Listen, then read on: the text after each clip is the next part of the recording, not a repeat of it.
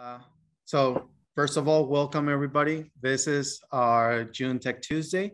We have with us right now JP Garcia. Just brief intro, Tech Tuesdays is an initiative from the Innovation Center of the Medical Center of the Americas. This is an event to get a little bit of networking going with innovators and entrepreneurs from outside the region, getting to be more approachable to the experts, to people who have the experience on startups, on entrepreneurs.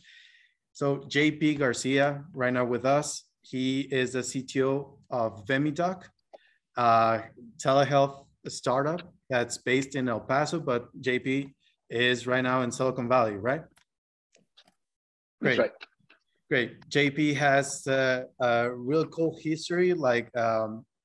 He studied from Stanford University. He's worked on Apple.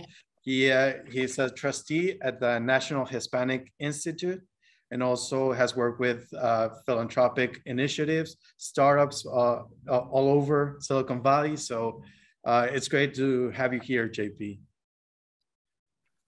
Thanks, Alberto. Is that my cue? No, just okay. To get us started, first, if you would, I would like to ask you to tell us a little bit about yourself. Like, where did you start it? What was that trajectory that you took through your life to get where you are right now? Tell us your story. Yeah, so I think that if we want to look at how I started, I think we probably want to go back to where I'm from. So I'm from the Valley, from the Texas Valley, and born and raised in McAllen. And as a very small child, I always loved I was always very curious about the world. And I come from a family of 9 of us, right? So we're 9 kids in our family. And my parents are farm workers, right? And so from the very beginning, I was always very curious about the world, and okay, I got all these brothers and sisters, and I was always curious about what the world was like and what was going to be my role in it. But I knew that one thing that never was shaken away from me was every morning we had to go work. We had to go work in the fields, and my dad made sure that we all worked really hard, and my mom made sure that we worked hard in school. So we had those 2 push and pull things, and I knew that I didn't want to work in the fields forever, right? And so I think that's where, I started, dude, as a member of a farm worker family, where we would travel to work in seasonal areas, and a lot of the work that we did, we had to count our work. So if you did 80 things, you had to count them. If you did 70, so I was one of the kids that always had to be counting. And so I really love doing that. I really love counting. And it really led me to get even better and better at math. That's kind of weird, but that's what, I love counting. And I think that because I became really good at math, then my teachers started recognizing wow, this kid's really good at math. They didn't know why I was good at math, but I knew that I was getting all these positive vibes from my teachers. And we'll talk about that later when we talk about allies, and we talk about resources, and we talk about people that help us advance. Yeah. I would like to circle back to that, but how did you, being from a family of farmers, went to Stanford? How did that happen? And then where you are right now, a CTO from, you've worked with several companies in the Silicon Valley. How did that transition happen? Part of it, Alberto, was it's funny because sometimes sometimes you get lucky, right? And And there's people that talk about what's the definition of luck, right? And part of the definition of luck, I think, is sort of like these two axes of like preparedness, you know, of being prepared and doing certain things. And then the other part is sort of like being exposed to opportunities, right? And so you sort of need to work on these two things. And then I made it my life's goal to always be prepared and to like try to do the best I could, because I was getting a lot of positive reinforcement. And I think it was, there's certain things that happen to us in our life that push us down, or you end up with people that sometimes like don't believe in you, you know? And I will talk about this later too, where we talk about like one of the most important things that we need to develop in our own lives is like to believe in yourself, you know, because there's people that believe in you and sometimes we don't believe that. But I think it's super important that we believe in ourselves, because you will run into people who don't, right? And so I was given certain opportunities, like to go study, like at University of Texas when I was in high school, you know, to study in this architectural program. And because I did think that one time that I wanted to be an architect, right? Like my mom would say, "Hey, what do you want to be when you grow up?" You know, un arquitecto, mommy, because architectos are they make a lot of money and they build stuff. And it's funny because we've now gone full circle, and I am an architect. And I just didn't realize it until recently that I am an architect, but I don't build buildings. I build software systems. You know, I'm a data architect. I'm a systems architect. And I'm like, oh my God, I'm an architect. I did it. And so part of it was that, Alberto, is sort of, there were times in my life when some opportunities came or offered to me, and for some reason or other, like my parents were a little bit scared, like, oh, we don't want our son to go do that because está muy lejos, or maybe he's not ready. And that fear impacted me in not being able to do some things. Yeah. And I think that affected me to the point where I was like, you know what?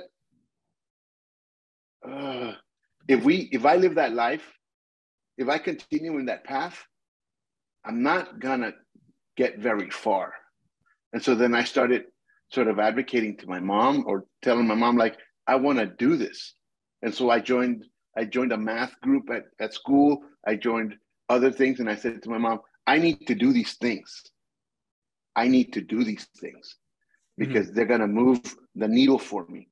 And so back to like, how do these things happen? How do I get to Stanford? I think part of it is a series of me believing that I can do this, that I can do that, that I can do that, and that I can move ahead, dude.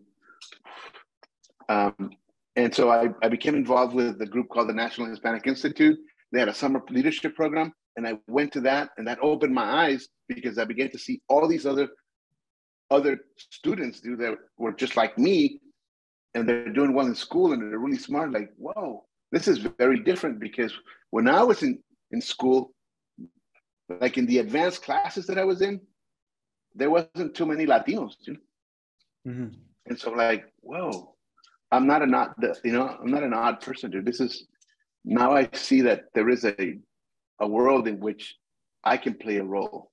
And so I also saw one of my friends apply to Stanford and get like a big scholarship.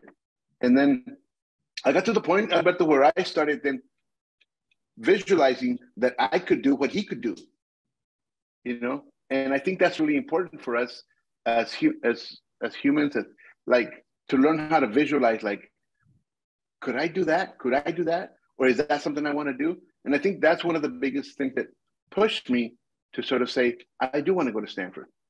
And I only applied to 3 schools, dude. And I mean, kids now apply to like 20 schools. Like, I just applied to 3, dude. And when I got into Stanford, that was it, you know? But it was a big chance because I'd never been that far away from my house, from my home. And and even and so yeah, I think that was a big culture shock for me coming to Stanford. Right. You know, I would like to like circle back because Okay. it's fascinating that yeah, as like every single culture has this blind spots that we bring from our parents, our raising up and all that. And that's very interesting how you find that you have those blind spots and like go around them. Like this is what I want to do and confidently say like I'm gonna go differently. But like I want to get back a little bit. Sure. Just if you could tell us what is VeMiDoc, what do you do there? Like for those in the audience that don't know, like what are you working on right now?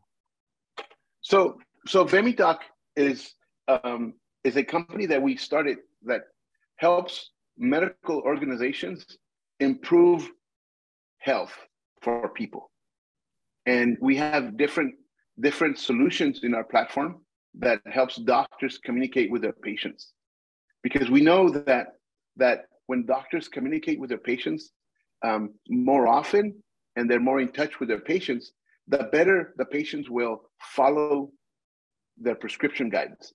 The more the doctor will know what's going on with their patients, and the better the outcomes will be whenever the patients have procedures done or whenever the patient is sick. The better the outcome will be, because everybody's sort of talking to each other about what's going on. And so what VeMiDoc does is that we've created a platform that allows the doctor to ask questions of the patient, that allows the doctor to immediately be able to do even like telemedicine with the patient in a secure, encrypted way, and allows the doctor to be able to reach out to the patient and do like this secure chatting system where they can share information wherever the patient is and wherever the doctor is. So it's been a real savior. Like this whole pandemic thing was a real boon for us, because it really showed how software can help people connect even when they can't see each other in person.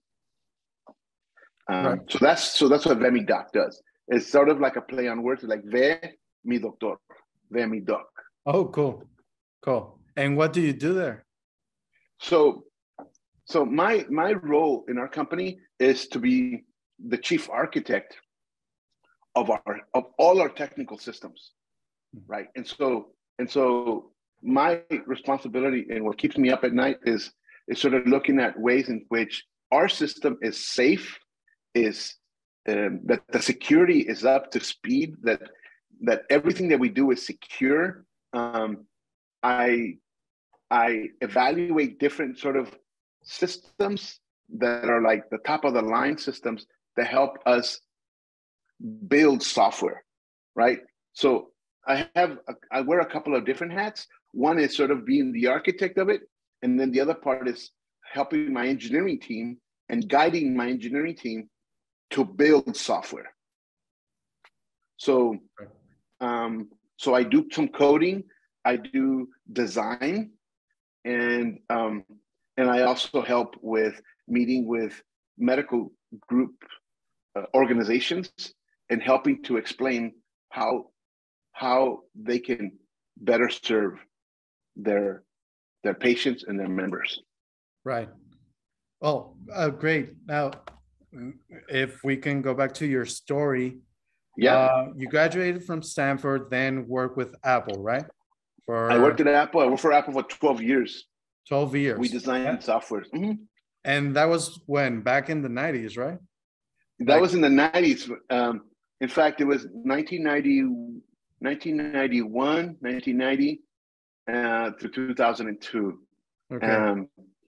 And what pushed you? What the determining factor moved you to go into like smaller, like Apple, like this growing company back then, and then move into like the startup world, like smaller companies, building up, scaling? What moved you to entrepreneurship? And well, I think that at that time, I think we all sort of have to like examine what we want from life, and then shoot for that, right? So I think that at the time, what I wanted to do. Like, I really admired what Apple was doing. And I really believed in, the power to be your best, and that's Apple, dude. Like, it really helped sort of, they had this mantra of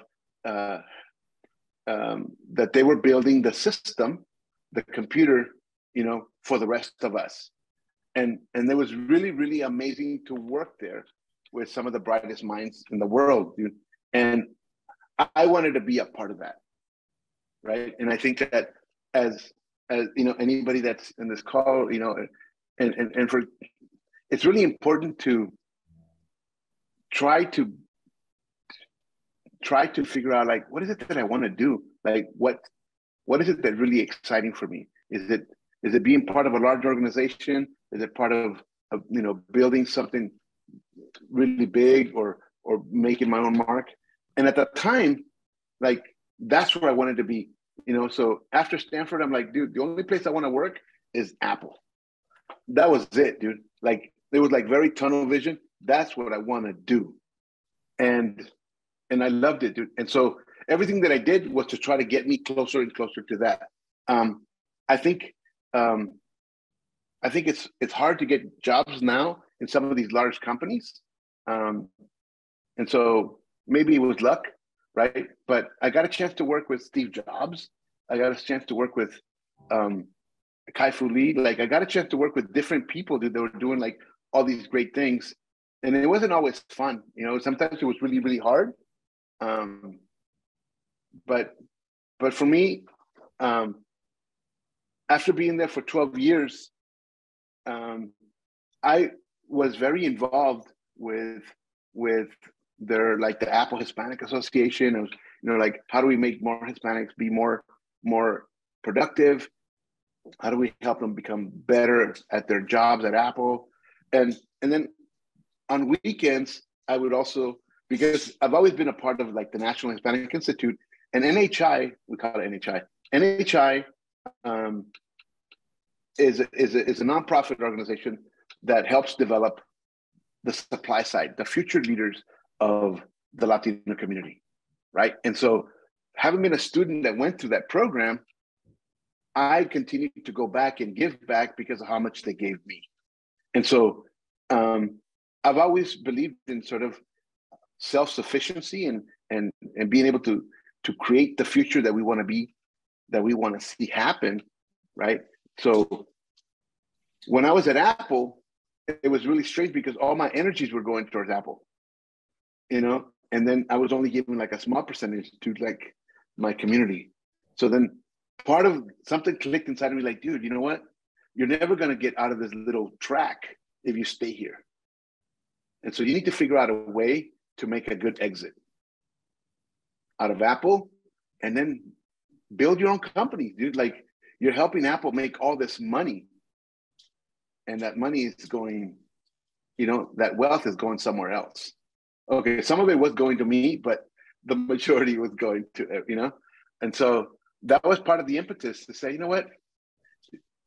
I think I've developed a lot of knowledge, a lot of competence. Let me use that to build my own companies. And I think that's where it finally just clicked, to like jump. Mm-hmm. Mm-hmm. And could you tell us a little bit about the companies you've worked on? Like, it could be just an overview, but what have you done in the past?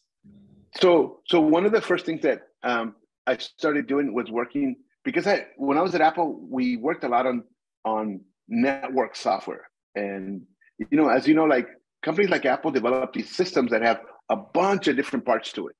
And my part was more on the networking part, like all the networking and communication. And so I developed a lot of competency around network systems and security.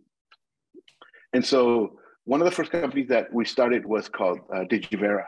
And Digivera was all about security. Like, how do we help companies secure their documents? How do we help companies secure their information? And so we work with some really cool products that they're fascinating. We could do things like, I could send you a CD with all the documents in it, and you could have access to them because let's say you were a partner. But we created a service system And the server system would control the keys to open those documents. It's really, really fascinating, right? So then if like that, let's say that partner moves on and is no longer part of the system, part of the organization, you can just turn off the keys that open those documents. So even if you have a hard drive or a CD or anything with all those documents, you can't open them anymore. Mm-hmm. And so it really allowed people to control like intellectual property. It allowed them to protect company information, right? We had another partner in Panama, and it's really interesting because sometimes you know things and sometimes you don't know things. But now that I know about like what happens, like in some countries, especially banks, like financial information is super important. And so the security work that we were doing was sort of helping banks protect their customers by not allowing systems to print bank statements, right? So you can imagine that some employee could say, you know what? Oh, look at this patient. I mean, look at this member. Look how much they have in their account. Let me print one more bank statement and put it aside, right? So our system could control printing systems so that you can only print one. You know how like banks send out statements, right? So you can only print one, and that was the one that gets sent out. And so that you could actually control who could print and how many times they could print, because there is a market for people selling financial information about people. Yeah. And so we did Digivera, and that was all about security. And then we sold that. We went to work. Then I started another company with some friends where we were doing real estate.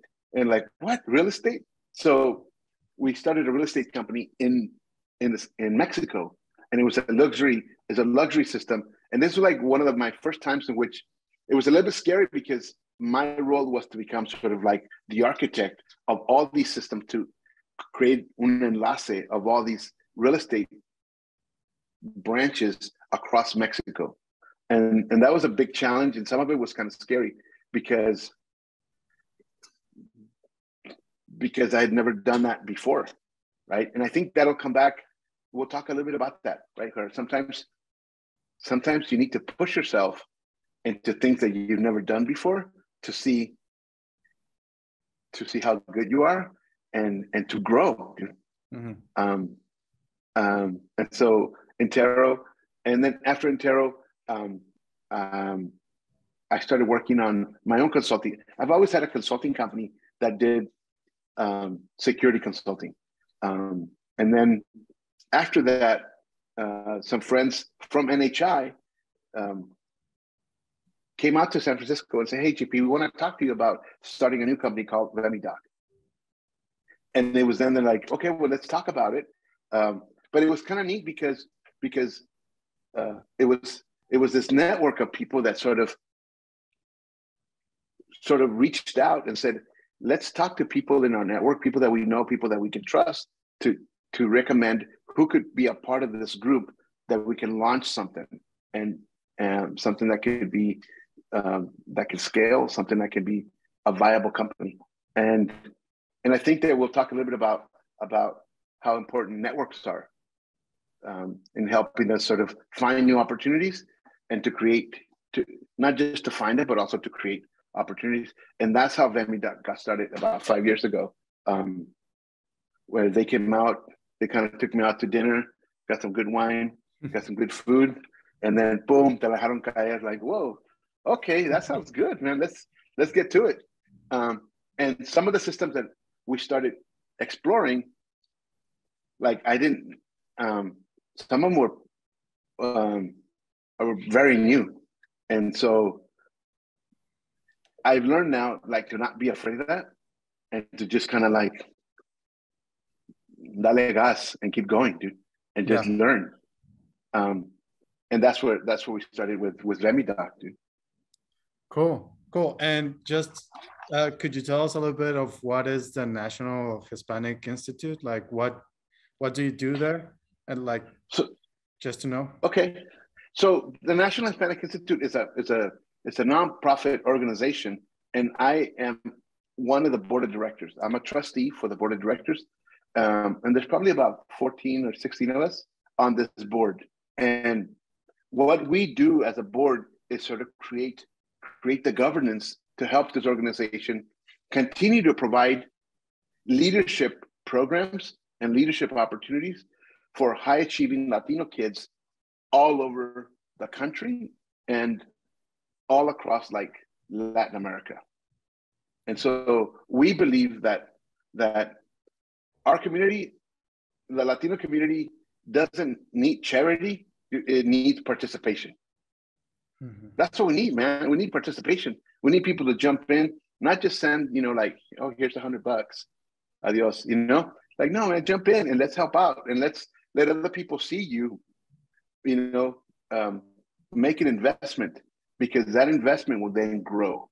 And so some of the things that I do personally, aside from being on the board, is I also participate in some of the leadership programs as an educational director, or as a dean of students. And then what's really, really fascinating now is that I have two kids, and when they went through high school, it was really cool to have them go through that program as well. And there was some trepidation on my part, like, oh my God, are they gonna like it as much as I did? And they did, and I was really pleased. And we help a ton of kids. Not help, like we mentor, we educate thousands of kids every year. And up to now, we probably have about 80,000 students that have gone through our different leadership programs. And in fact, El Paso has a very, very strong history, dude, of a lot of participation and a lot of really smart people that, from El Paso. And I've always been very amazed by that, dude. Yeah, El Paso has really good talent, really smart kids everywhere. There's great students coming out of universities on engineers and like healthcare and all, which is great. And the makeup of El Paso is mostly Hispanic. Mm-hmm. So yeah, right up the NHI alley. Now, absolutely, dude, and we believe in that. Like, we believe that a lot of solutions do lie within our community. Like, there's things that we can do that we can build, right? And we need to have faith in that and work towards it, right? Right. Now, so that's what NHI is about. And you've been a lot with the Latin community. What core insights have you seen into the culture, especially like Latinx in United States? What insights have you gotten, or what blind spots have you noticed? Well, I think that one of the things that I guess the insights that I've sort of learned is, like, I've always tried to push myself to sort of like, let's look at the big picture, because there's many times that we get so caught up. Like, I think there's value in looking at the big picture and then seeing what role do you want to play in that. I mean, there's a quote that I really, really love, that talks about, like, that there's only 3 kinds of people in this world, like the people that make things happen, and then secondly, there's the people that watch things happen. And then the third kind of people are the people that ask themselves, what happened? Like, they just have no idea, right? And I think that we all sort of start, and be in that group number 3, where you don't know what's going on, and I think that it's up to us to sort of decide what group do we want to be in? Do we want to be the people that are just, or do we want to go up, and not just watch things happen, but make things happen? And I think part of that, some of that insight is that I was going to share with you, is that I think that sometimes we get in our own way of of progress, because we let fear sort of stop us. And sometimes that fear comes from like, we don't really know how things work, or we don't know anybody who's done something like that,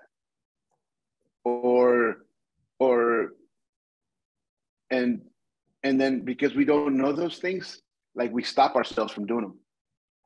Like, there's a funny story, dude. Like, I think I must have been right out of college, dude. I was at a conference. It was an engineering conference, and I was in Phoenix, and there was probably like 500 people there, right? And I was sitting down with one of the presidents of one of the organizations, and the mariachi was playing, right? And so I've always liked mariachi music, dude. And so I'm sitting at this table on the side, like kind of like singing, you know? And so Gus says to me, "Oh, dude, that's pretty good." You know? I said, "Yeah, man, I know these songs because I grew up with them." Like, "Oh yeah, I bet you couldn't even sing with those guys up there." I'm like, "Oh no, I bet you I could." Like, no, dude. So I told him, "I'll bet you I'm gonna go up there and sing." You know, like, I don't know what possessed me, dude, to say that. Because then he said, "Oh yeah, well then do it." Mm-hmm. And then I was trying to like backpedal, like, "No, man, no. All these people are gonna see me, and what if I forget the words?" And so, I don't know what possessed me, dude. Like, okay, I'm gonna do it. And so I went up there, dude. And as afraid as I was, dude, of going up there, equally, I had to like stick to my guns, dude, and do it. And it was so awesome, because I still remember that, how I didn't really want to do it, but I pushed myself to do it, and I survived, dude. Like, what? I can't believe I did that, you know? And so there's times when we do need to sort of push past, and this goes back to our fears, dude. Like, don't be afraid. Like, nothing's gonna happen, you know? And if you fail, that's okay. You learn from it. So if you fail, it's not a failure if you learn from it, right? And so I think that's another sort of like big insight for me. And also, I've also learned over time, like, that sometimes we're afraid to ask for help. You know, as a community, we're afraid to ask for help, or we're afraid of what other people might think if we ask for help. And dude, I've gotten to the point now, like, dude, I've had people with masters and PhDs in computer science that are super smart people that work for me and that are smarter than me, you know? And that's okay, dude. Like, that's awesome, you know, and it don't take anything away from them. I think that, like, I know, and I'm very confident about what I know, but I also know, dude, I don't know everything. And so I think that a good insight is like, don't be afraid, man. And if you don't know everything, that's fine too, you know, but keep growing and keep learning. I do think that's important. Right. You gotta keep learning, dude. Right.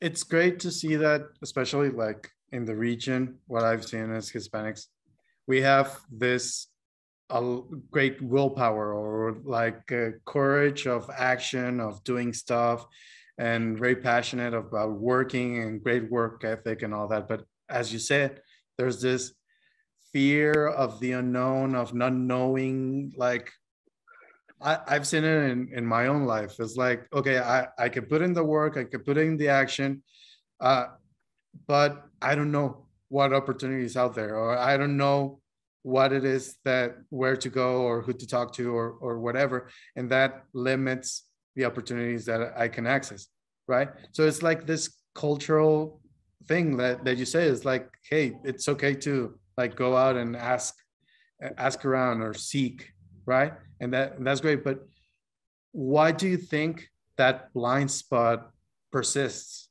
Is it a cultural thing? Is it something that is about the opportunities, how they present themselves, or why do you think those blind spots are still persistent? Well, mean, so I'm not a sociologist, right? I have read a lot about Right. like psychology and sociology. And so I do know that there's certain concepts that kind of sometimes come up, right? Um, and everybody's heard the story about like learned helplessness, right? Right. Where you have like the little elephant, right? When he's little at the circus, they put a big rope around his neck and they tie it to a big stake, to a big trunk, and the little elephant tries to like break away, can't break away because the rope is too strong for it, right? But as that elephant gets bigger and bigger, eventually it just gives up, and it gets to the point where it's so strong, dude, that could easily just rip it and break those chains or break that rope because it's strong now, and it won't because it learned to stay in its place. Mm-hmm. And that is learned helplessness, dude. And I think sometimes that happens, dude, where you have some very strong people and then very, very talented people who have been told at a young age, you can't do this. Oh no, that's not for you. Or hey, no, that's not possible because that person never seen it. And I think that's a challenge, right? That we need to figure out a way to break out of that. And I don't think, and there may be other things as well that sort of we learn growing up. I think it's important to always have this network of people around you that maybe have had different experiences, because then you can sort of see what they've done. And then you can say, look, if they've done this, maybe I can do that too. It always amazes me with some of the folks that I've met over my life that, like, wow, how do they do those things? And I'll tell you an interesting story, because even going to Stanford, right, we would go to these meetings with other students from other schools, and these kids from other schools would always tell us, like, you Stanford guys, you guys think you can do everything, you guys can change this, you can change that. And it was really interesting because, like, yeah, we're going to change things, we're going to do things, and we had a different way of looking at the world. And I'm not sure why. And it wasn't that we were trying to brag or we're trying to do, but we can change things. Like just the way we can do it, you can too. And I think we need to sort of reinforce that with each other, that if you think you can't, you're right. If you think you can, you're also right. Right. And I think we need to remind ourselves that it's all up to us and the way that we want to see the world. And if you can't right now, they keep trying or find ways to do it. I would like to there's a couple of more questions, but if anybody in the audience has any questions for JP, please put them in the chat. We'll get to them by the end. Like, you've talked so many things right now, and this is all great. How could you, how could you condense it to like what specific advice?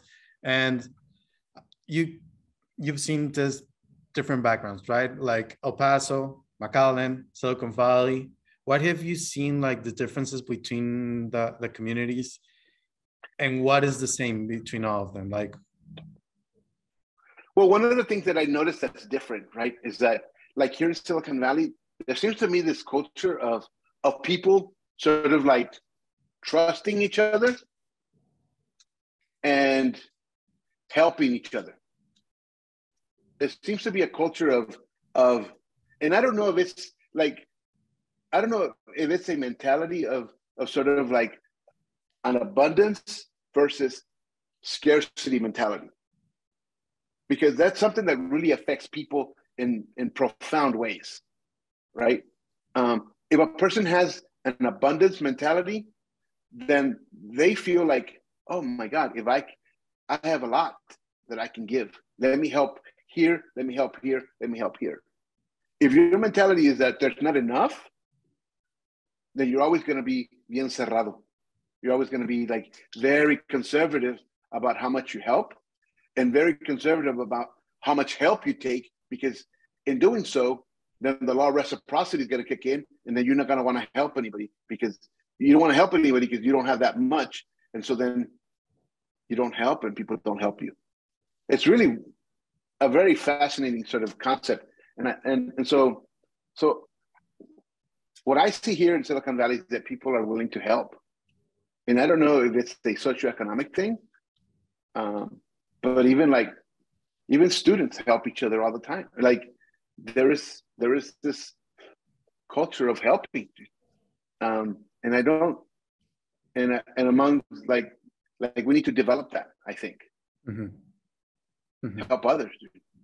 Yeah, and I've seen that there's this big shift going on, especially with the pandemic, of people not leaving Silicon Valley, but like moving someplace else, like other hubs that are popping up, like Miami and such.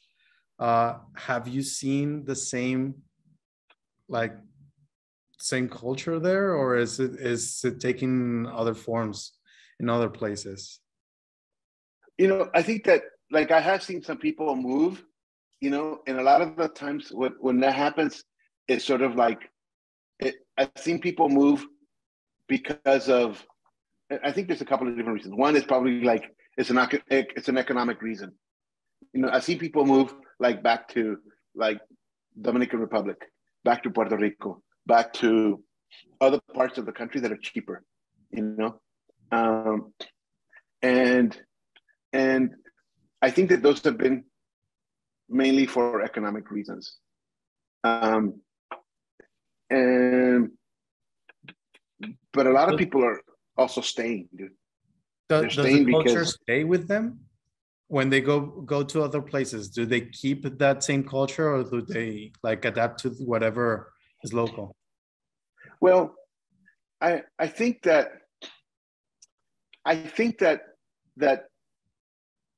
those people are units, are people that are gonna, if that's their character, I think that character will stay with them. I mean, I look at our CEO for VeMiDoc, right? So he gone to some of the greatest medical schools in the country, right? And after all of that experience, he decided to move back to his hometown, El Paso, right? And I know that he's super dedicated to Chuco Town, dude, his town, and he wants to make that make an impact there. So I do think that the character stays with you, but I think that if you're swimming against the current, it's a little bit harder. I'm not saying they can't change. I think it can, but I think it's harder, to try to get people to like rally around you. Mm-hmm. It's a challenge, It's definitely easier in places where it's already built. Yeah, I don't know if I answered your question. I think you were asking about what happens. I think if you think you need to have like enough critical mass of people that are like-minded, that'll say, you know what, let's believe in this together. Right. Because like here in El Paso, we've seen a lot of influx of people from the aerospace that are coming from like this big innovation hubs with this Blue Origin, I think, that's opening nearby. So just as you mentioned that the Silicon Valley culture is about helping each other, it's about openness and sharing and all that. I'm wondering if those people that are moving back to El Paso, because we've seen a lot of moving back, if that culture can come with them and not just like them coming back and getting into the rhythm of the local region and like, okay, doing everything on their own. It's like, how much of the culture is specific to the Silicon Valley, and how much is it like best practices for entrepreneurs that everyone else can learn and everyone can follow? How open is it for somebody that's not there? No, I think it can. I think it can happen, Alberto. And I think that I think it takes some good conversations, like some serious sort of um, um, sort of conversations about deliberately trying to do that, right? And what you see here in the Silicon Valley is that it's a close-knit community, and all the movers and shakers sort of know each other. The people that make things happen from group number one, like they know who each other is. And so you have these social rules to enforce that you're doing the right thing. And if you don't do the right thing, people will find out, dude. And then you'll like get excommunicated, or you get punished in the social sort of capital way, right? And I think that as you're talking about like El Paso, like how do we build that in El Paso? I think we need to sort of have a compact where we talk about, hey, look, let's lay down some ground rules, dude. Like we help each other, you know, and we communicate what we want to do together, you know, so that we all see sort of like the promised land, you know, the day when any kid that wants to build something great and want to still stay in El Paso, that they have that option to do that they don't have to go somewhere else to build it. Mm-hmm. And that from El Paso, you can impact the entire world, even if you're, you know, without having to leave your hometown. Mm-hmm. You know, and I think that's with that type of vision, like that, where everybody says, yeah, we're going to do that. And maybe we say like, you know, some of us, we're going to have to lay the foundation, even if there's no automatic return for us, you know? And, yeah, so it can't happen, dude. Interesting. We have a question in the chat box. It says, thanks for your time, JP. What successful strategies have you seen early stage startups implement to grow the initial team beyond the 3 people? I think that one of the biggest things is to just iterate, dude. Iterate and ship. You know, so whatever you're building, build it as soon as you can. And even if it doesn't have all the bells and whistles, build it. And then have people use it. And once you do that, then you'll get validation that your product fits in the market, that people want to use it, and that it adds value. And then they'll start paying you for it. And then it's that revenue you get then becomes sort of the seeds, and that's going to help you grow your company. Okay. So revenue comes before like growing the team. Yeah, you know, and the reason is that I think that, and the reason is because you need to have revenue to be able to pay people. Right. So when we started VeMiDoc, we all sort of bootstrapped it. Like we were all like, there was no revenue. Like it was like negative revenue because we're all putting in money, dude, to make it happen. You know, instead of it being a positive cash flow, it's like the other way around. And so unless you can recruit people that are sort of like, that can independently provide value to the company to grow it, right? Which is not, like here in the Valley, maybe it's a little bit easier, but you need money to sort of be able to compensate additional players, right? And in order, and so then to get that revenue, then you need to have a product that you can show people that works. Is there a follow-up question to that? No, I don't see any other question in the chat box. If there is another question from the audience, please feel free to jump in. And I do have one last question. Is what do the next 6 months look like for you? So I think that for us, for VeMiDoc and for me, I think that as an architect, for me, I think the challenge is like to try to predict where do we need to be in a year. Like what are the challenges that are going to happen? So right now we're working with a large customer, and they're going to be adding, thousands and thousands of additional users into our system. And so for me, is how do we plan for that? Like, how do we foresee that growth? And so that we're ready, so that we're prepared again, so that we're prepared when that opportunity happens. And so for the next 6 months, I think I will find myself working with our engineers, like to try to, in a way, sort of try to predict the future, Alberto. It really is about, and then making some bets on those predictions. But I think it becomes very important not to make these huge bets, but make sort of like these incremental bets,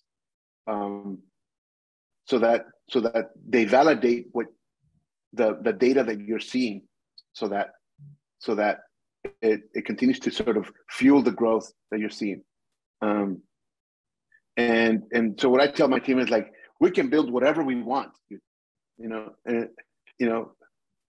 can build whatever we want, but not all of it at once. Okay, we have to be sort of like very strategic in how we do that, and we have to make sure that the partners that we're working with and the solutions that we're providing them are delivering value spot on. Just like that's what they wanted. That's like, we're helping them improve their lives, improve their patients' lives, their members' lives. So I know that's a little bit maybe not as concrete, but that's what I think about. That's what keeps me up at night. Keeps me up at night is also security, like making sure that all these security breaches, like, be careful about that. And I have this ongoing conversation with my engineers, Alberto, where we, like, on certain meetings, we'll talk about, like, if I was a hacker and I'm not, just in case somebody listening, if I was a hacker, how would we do this to defeat something, And sometimes you need to have that type of conversation with your team to make sure that you protect your intellectual property, so that you protect the data that you're developing. And so, yeah, security, scaling, and then most importantly, dude, like, learning. Next 6 months is just continue to learn, because there's so much cool stuff happening. And if I think there's something that I would have, like, when I was young, Alberto, I always thought, like, man, I wish I would have lived, because you read about all these different, like, inventions in the 1700s, 1800s. You're like, oh, when they invented the train, the steam engine, when they invented the cars, like, all these things are like, man, everything cool got invented already. What's happening right now? That's not, but, and that's the way I used to think. But, dude, there is no better time to be alive than now. There is so much cool stuff happening in the world of technology, in the world of systems. This is the time, dude, where a lot of cool stuff is happening, and people are making it happen. And we need to go back to that, like, which group of people do you want to be in? Yeah, it's pretty cool that it's not like 6 months from now, it's not about goals, it's about principles. It's like learning, doing better, like seeking to quality for our clients and all that.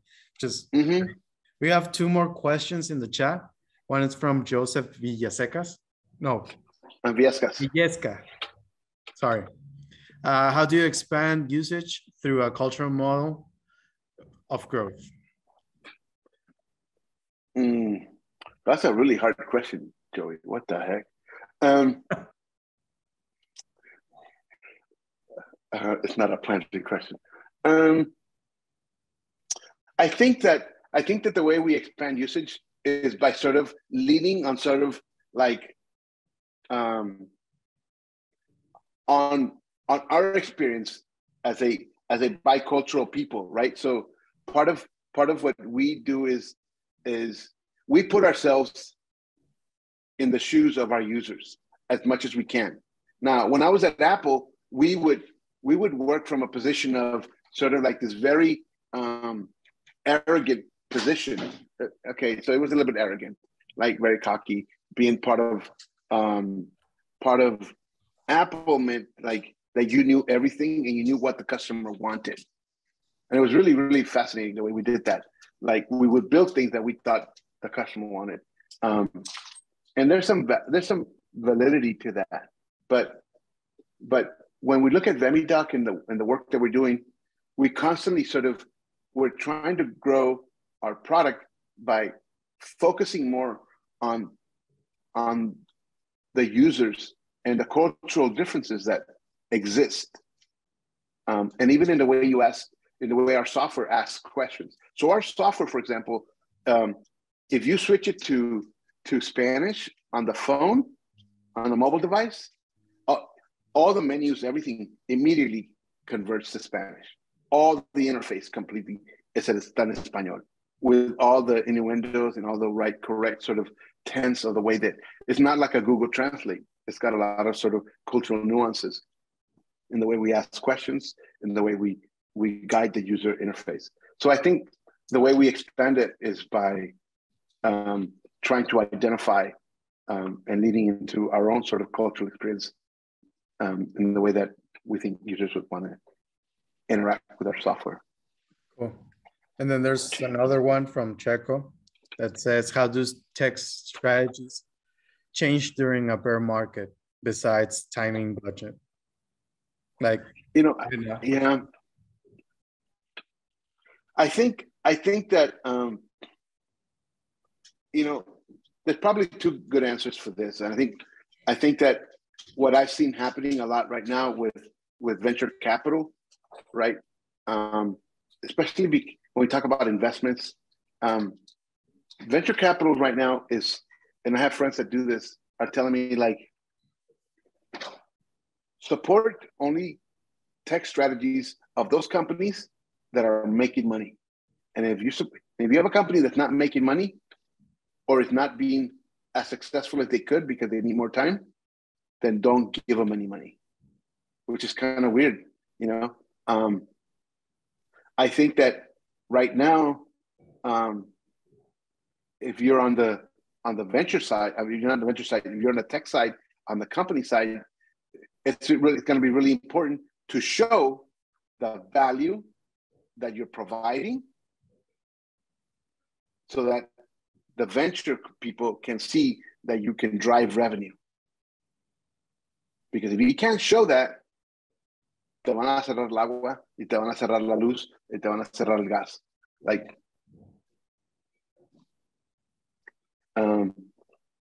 okay, so what that means is that a strategy is going to be like, how do you focus on those specific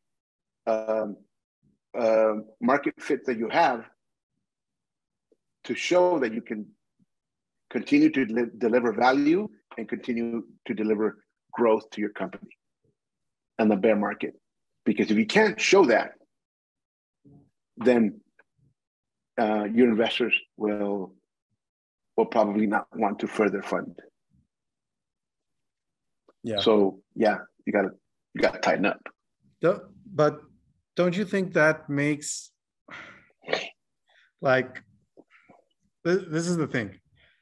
Venture capital or investors are concerned on getting greater returns on investment every year, right? So a CEO, their only concern is increasing revenue, or increasing profit.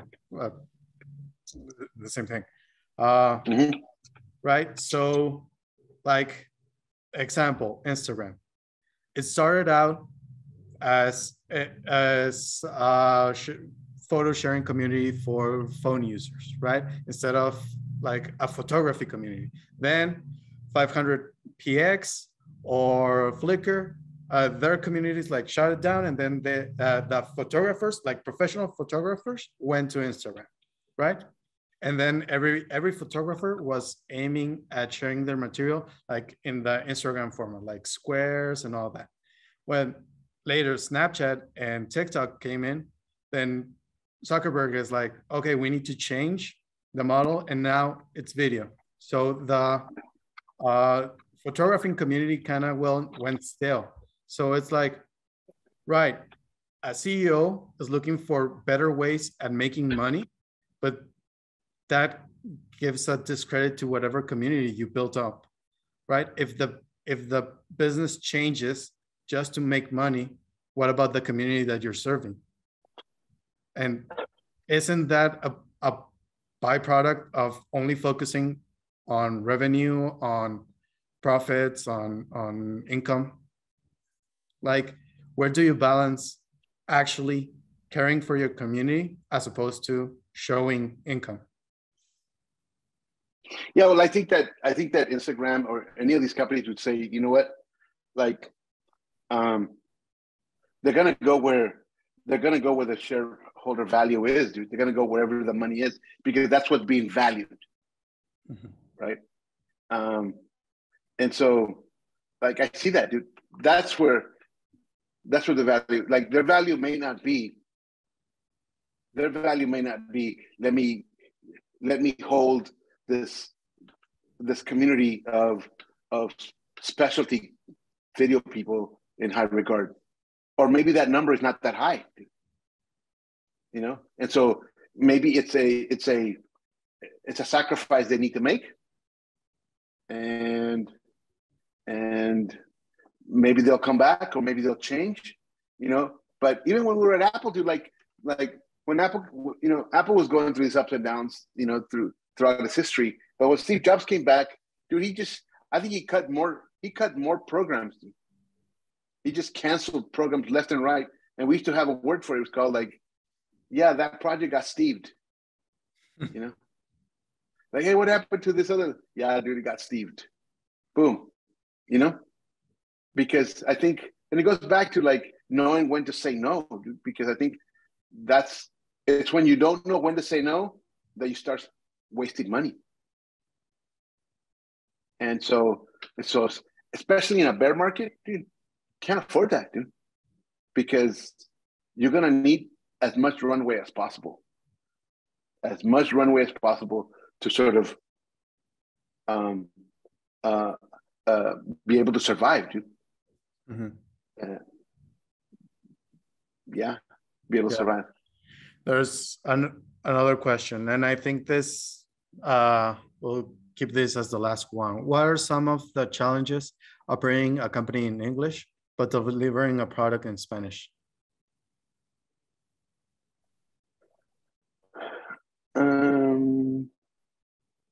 What are the challenges?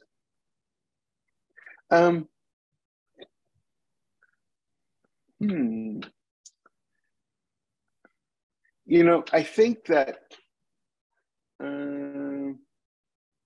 for us, nothing, dude, because we master both, dude. Like, somos chingones, bro. Like, we can do it in both, you know, in both languages. We could even maybe do it, like, and we'll be able to do it in more, dude. So I think